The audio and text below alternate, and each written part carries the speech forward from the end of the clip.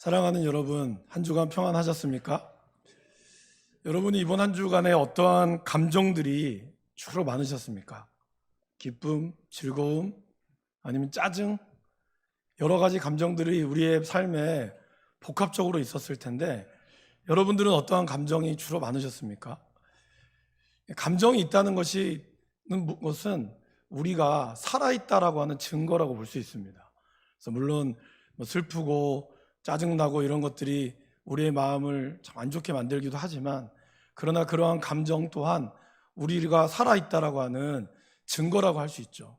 병원에 아프신 분들이나 의식이 없는 분들에게는 어떠한 말을 해도 물론 다 들으시기 때문에 그 속마음을까지는 우리가 알 수 없지만 그 감정 표현을 할 수가 없습니다. 그러나 살아있기에 감정을 느낄 수 있고 또 나타날 수 있다라는 것입니다. 인간이기 때문에 그렇다는 거죠. 인간에게는 6,000개에서 34,000개의 감정이 있다고 합니다. 그만큼 많은 감정들을 우리들은 가지고 살아갑니다. 그 중에 이제 몇 가지 대표적인 것들을 우리가 생각하지만 아마 여러분들이 하루에도 거의 분초 시간 단위로 수많은 감정의 경험들을 느끼면서 살아가실 거라고 생각합니다. 우리 예수님은 하나님이시면서 동시에 인간이셨습니다. 그분이 인간이셨다라는 것은 인간으로서 가지고 있는 생각과 감정이 다 있다라는 것입니다.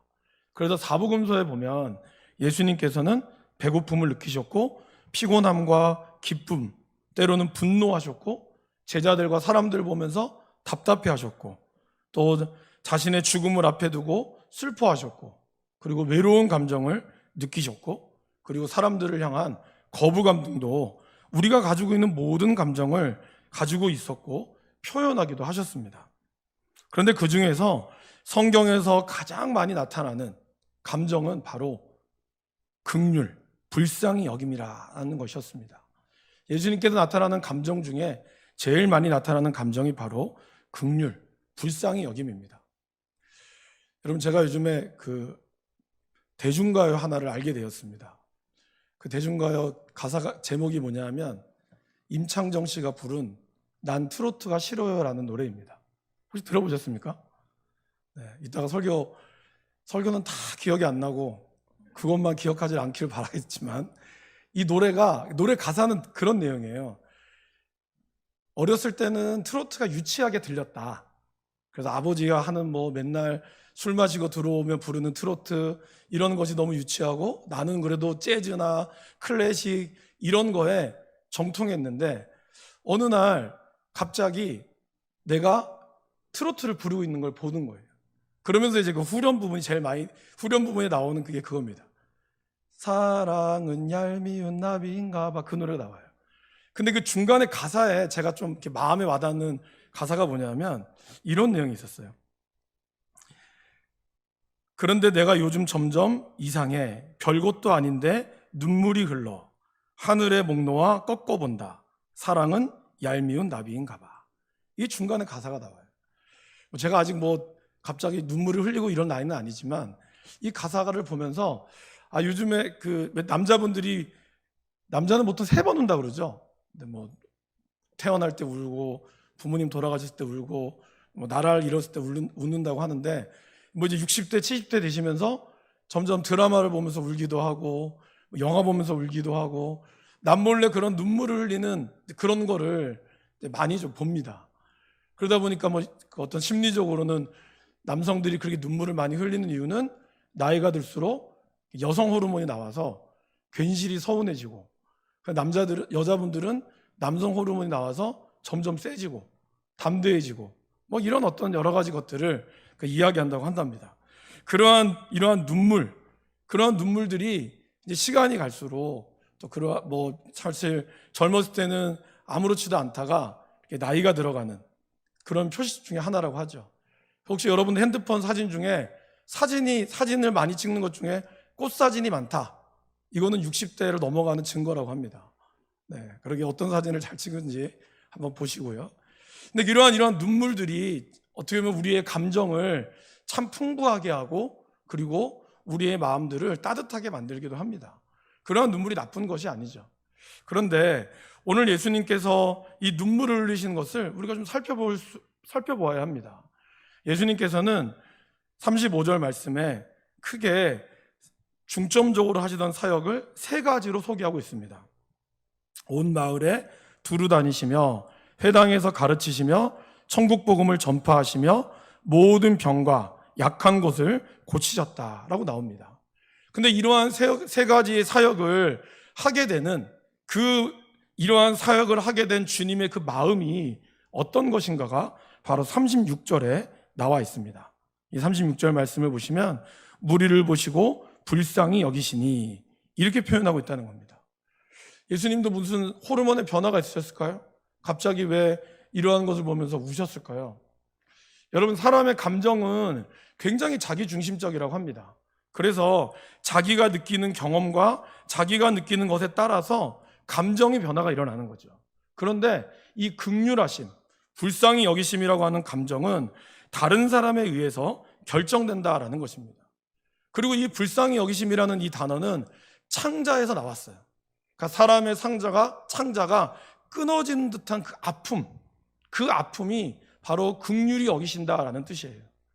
저와 여러분들이 어떠한 아픈 것을 보면서 눈물을 흘리고 아파하는 그것을 우리는 긍휼이라고 생각하는 분도 있을 겁니다.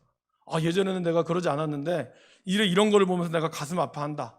그런데 오늘 예수님이 나오셨던 이 불쌍히 여기시니라고 하는 이 단어에는 복음서에 10번 정도 나오거든요.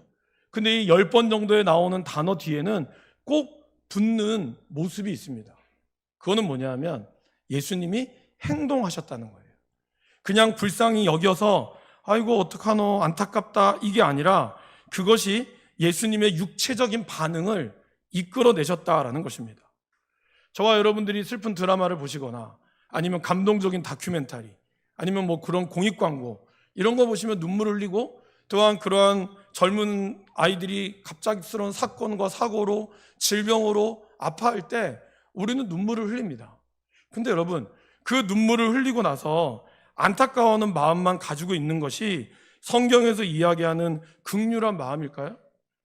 만약에 그것이 여러분들의 아내, 여러분들의 남편, 여러분들의 자녀 문제였다면 과연 우리는 그것을 어떡하노라고만 끝낼까요?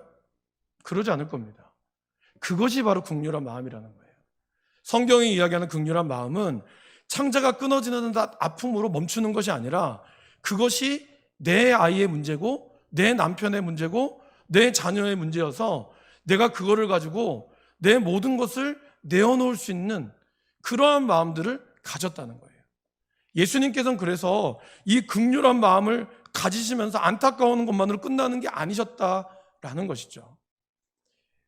2002년도에 개봉한 영화 존 큐라고 하는 실화를 바탕으로 한 영화가 있습니다. 이 영화의 포스터를 한번 보여줄까요? 이 영화를 보시면 이 영화는 사실 의료 민영화, 미국에 있는 원래 의료가 민영화로 바뀌면서 힘없고 돈 없는 노동자들이 의료보험의 혜택을 받지 못하고 그가 들었던 보험도 혜택을 받지 못하는 상황에서 사랑하는 아들이 뭔가 이식을 받아야 되는데 돈이 없어서 그냥 죽어가는 것을 지켜보는 한 아버지가 병원을 상대로 인질극을 벌이는 내용입니다. 실화입니다. 그래서 이 영화를 통하여 미국에 다시 한번 민영화의 법에 대한 또 진지한 고민을 했다고 하는데 근데 중요한 것은 그거죠. 이 아버지는 아주 평범한 가장이었고 뭔가 대단한 인물이 아니었어요. 그렇다고 해서 정규적으로 군대에서 특수부대의 테러리스트를 진압하는 그러한 사람도 아니었습니다. 단지 자기 사랑하는 아들이 눈앞에서 이식만 받으면 살아갈 수 있는데 돈이 없다는 이유로 병원에서 그를 오히려 내쫓는 그러한 안타까운 상황에서 자기가 모든 것을 해야 되는 그러한 목숨을 건지는 내용을 이 영화가 그리고 있어요. 여러분, 긍휼한 마음은 바로 그런 것이라는 것이죠. 우리가 그냥 안타까워하는 그런 마음도 물론 중요하지만 그러나 그 마음이 그치는 것이 아니라 긍휼의 행동으로 나아가는 것, 동정에 머무르지 않는 것이 바로 하나님이 우리에게 주시는 긍휼한 마음이다라는 것입니다. 아마 여러분들 그런 걸 많이 보셨을 거예요. 도시 한복판에서 한 여자분이 누군가에게 맞고 있어요. 그리고 살해의 위협을 당하고 있어요. 길 가는 사람들의 표정을 보면 다 안타까워해요. 근데 아무도 그거를 말리지 않습니다. 이러한 거 보신 적 있죠? 그거를 우린 심리학적으로 방관자 효과라고 이야기합니다. 이 방관자 효과라는 것은 주위에 사람이 많을수록 자신이 나서지 않아도 남들이 도와줄 거라고 생각하거나 나서면 안 될 것이라고 그렇게 생각해서 방관하는 상태를 만든다는 것이죠. 그래서 우리 자신을 응급 요원으로 보지 않고 걱정만 하는 방관자 자리에 머무르게 만드는 그러한 인간의 심리적인 효과를 바로 이야기합니다. 사실 교회 안에서도 그런 안타까운 일들이 많죠. 그러다 보니 우리는 너무나 정답같이 그냥 기도해 줄게요 라는 말로 죄송합니다, 때우는 경우가 많다는 거예요. 물론 그분이 기도 안 하진 않았을 겁니다. 그러나 정말 우리가 긍휼한 마음을 가지고 그 마음으로 내 아들이, 내 남편이, 내 아내가 지금 죽을 수 있고 고통당하고 있다는 그 마음들로 내가 정말 기도해 줄게요를 이야기할까? 아니면 다른 데가 해줄 말이 없으니까 그냥 교회에서 하는 원래대로 의뢰한 통상적인 기도해 줄 거라는 말을 할까?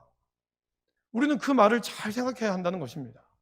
예수님께서 오늘 불쌍히 여기셨다라는 것은 그냥 그분이 하나님이기 때문에 고쳐졌다는 뜻이 아니에요. 아까도 제가 처음에 말씀드렸지만 예수님은 이 땅에 완전한 인간으로 오셨습니다. 그것은 육신이 가지고 있는 한계를 알고 있었다는 거예요. 그 한계를 알고 있었기에 예수님이 할 수 있는 것은 별로 없었어요. 물론 하나님이셨기에 무리를 건너기도 하셨고 역사도 있었지만 그 마음의 기적의 역사는 뭐로부터 나올까요? 바로 불쌍히 여김, 창자가 끊어지는 듯한 그러한 아픔 가운데서 여겼다는 겁니다. 성경에는 그러한 불쌍히 여김에 대한 여러 가지 모습들이 나옵니다. 복음서 전체에서 예수님께서 불쌍히 여기신 것은 첫 번째는 슬픈 자들을 보시며 불쌍히 여기셨습니다. 누가복음 7장에 보면 나인성으로 들어갈 때 사람들이 죽은 자를 메고 나온 사건이 나옵니다.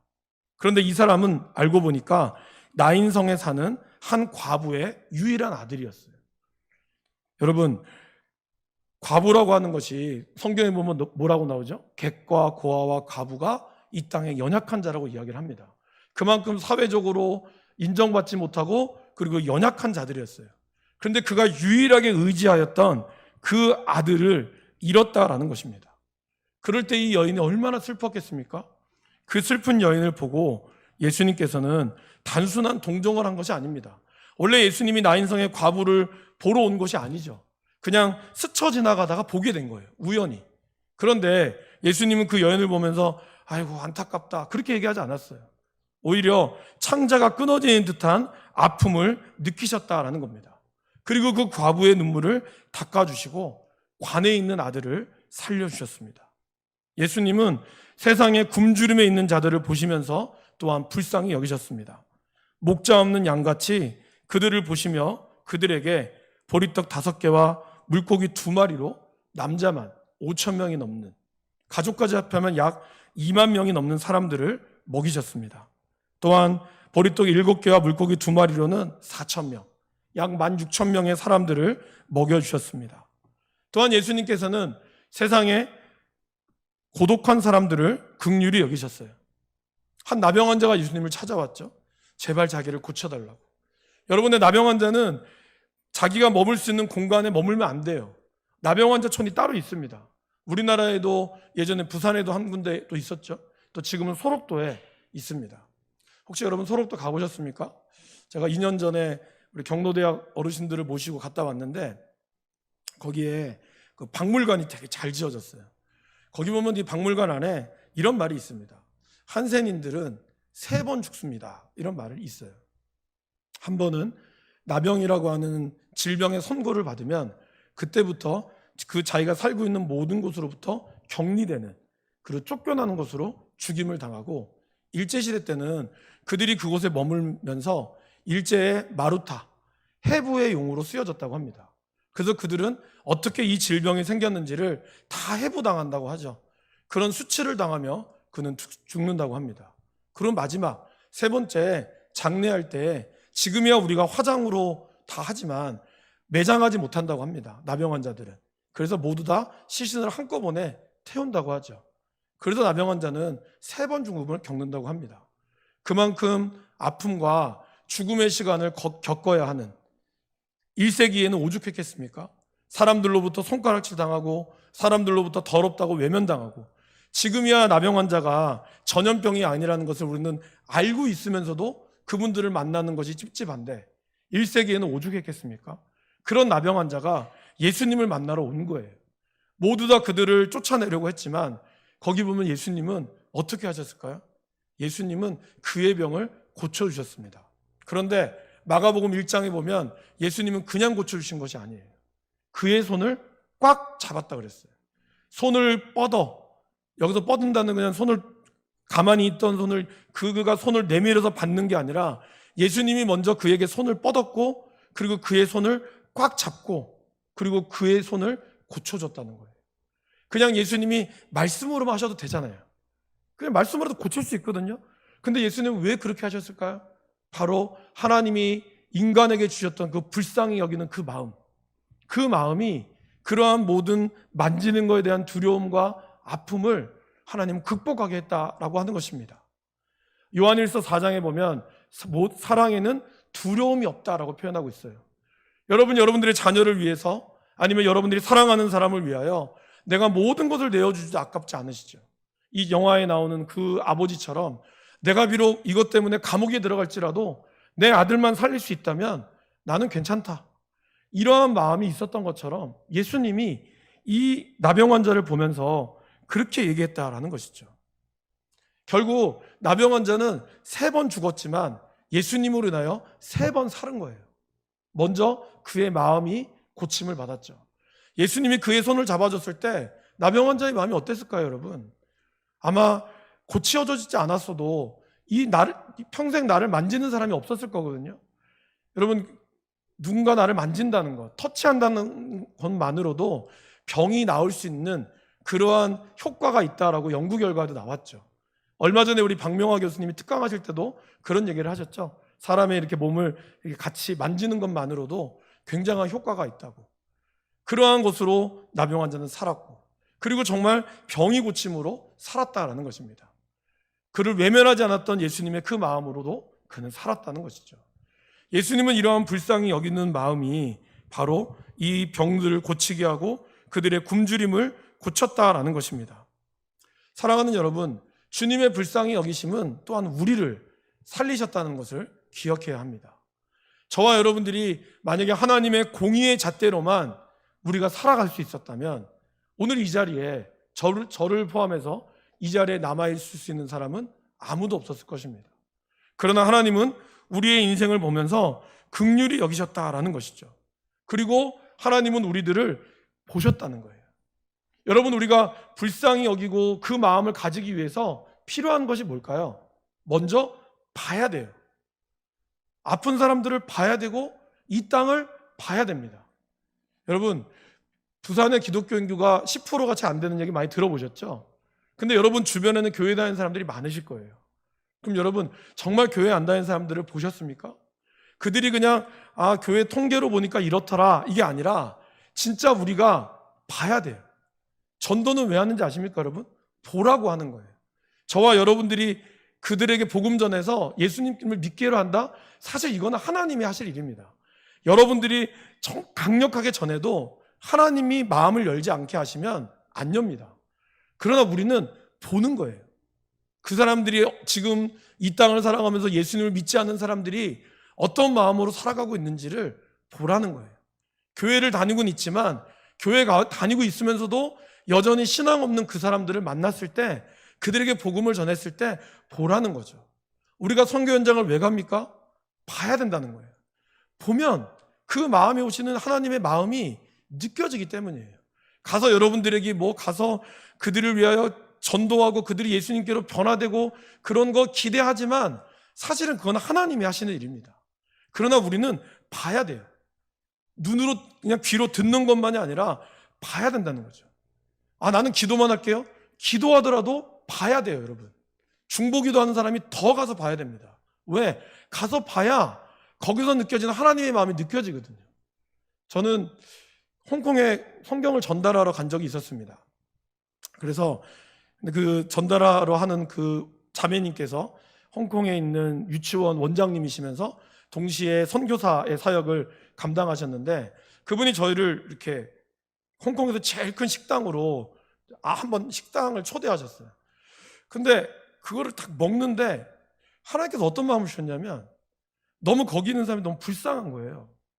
그 마음이, 하나님이 저에게 주시는 그 마음을 저도 갑자기 모르게, 그 사람들을 막 즐기고 웃고 술 마시고 이렇게 너무 아름답잖아요. 사실은 가정이 모여서 하는 게 아름다운데, 저는 거기서 하나님이 이 영혼을 바라보면서 얼마나 이 영혼이 주께로 돌아오기를 기뻐하실까, 저는 그 마음이 들더라고요.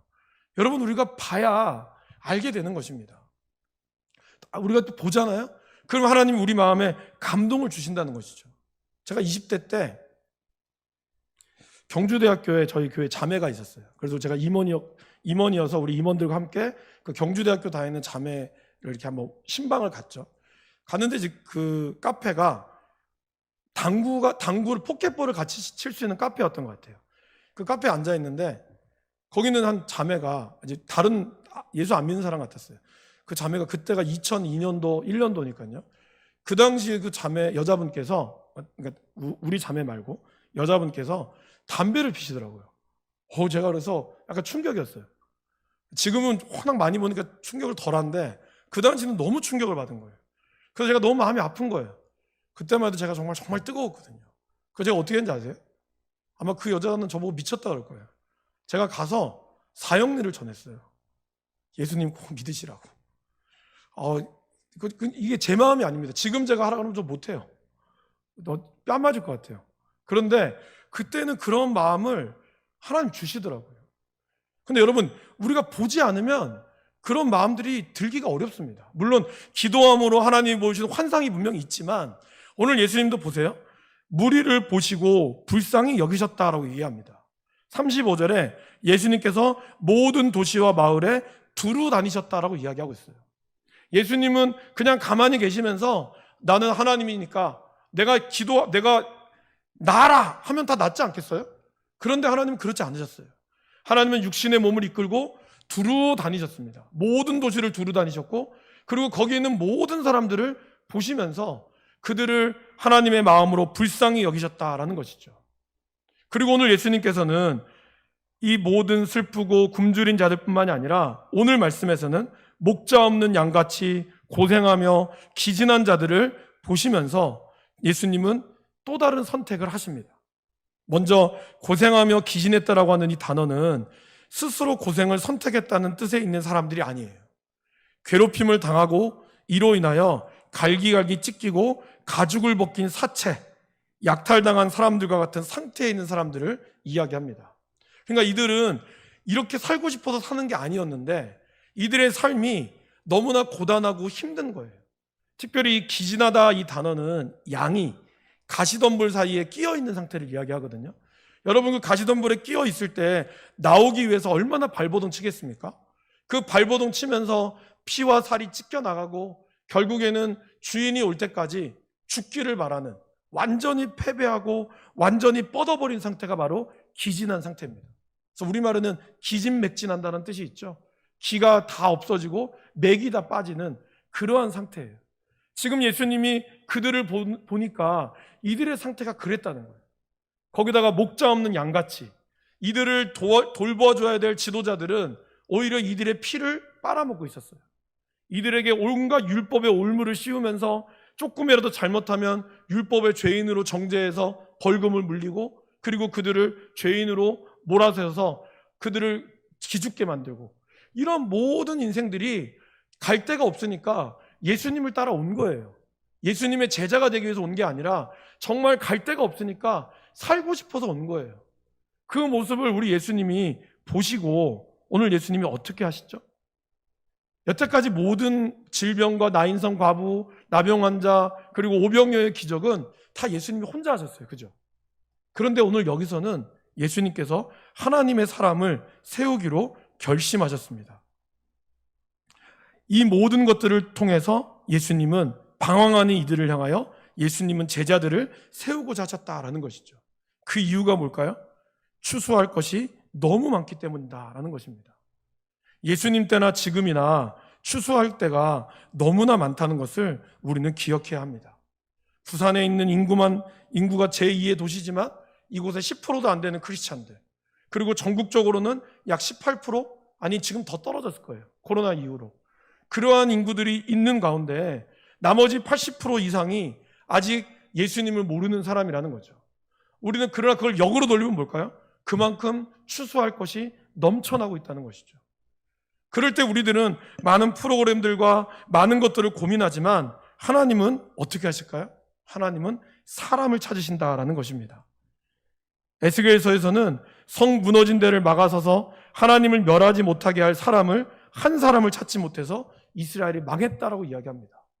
소돔과 고모라 성에는 10명의 여인이 없어서 망했다라고 이야기를 하고 있어요.